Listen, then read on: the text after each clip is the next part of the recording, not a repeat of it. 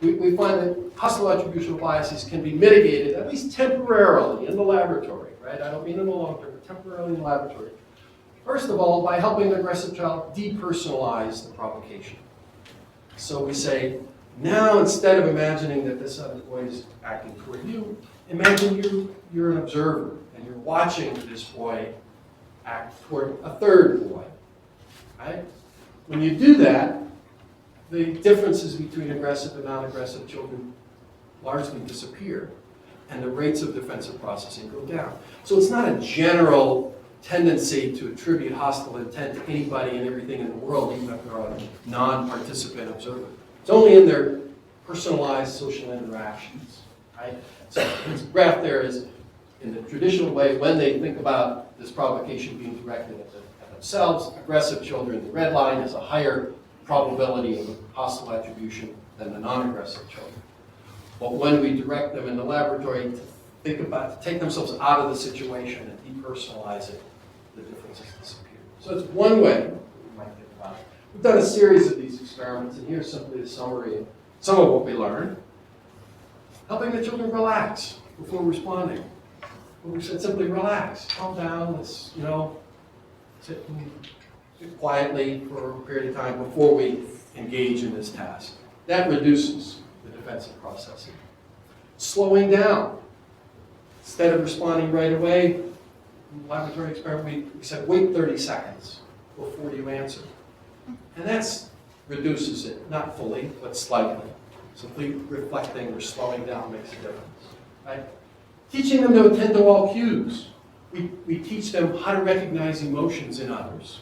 Right? It's a skill that 5-year-old children sometimes don't have.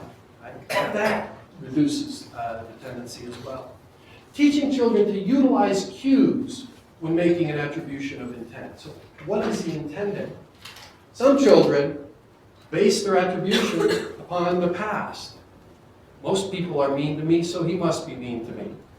Right? We teach them to attend to the actual cues in the here and now. Right? What do you actually see on somebody else's face? And teach them to do that, and that reduces the defensive processing. And finally, making those peers' cues. Not only teaching the children, but teaching the peers. If peers' cues are more clear, then children are less defensive and biased in their processing. Right? So anyway, all of these are experiments that led us toward an intervention.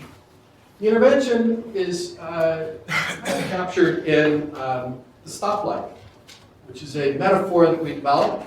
Roger Weisberg actually was the architect of this, but we utilized them for early adopters of it. And so we learned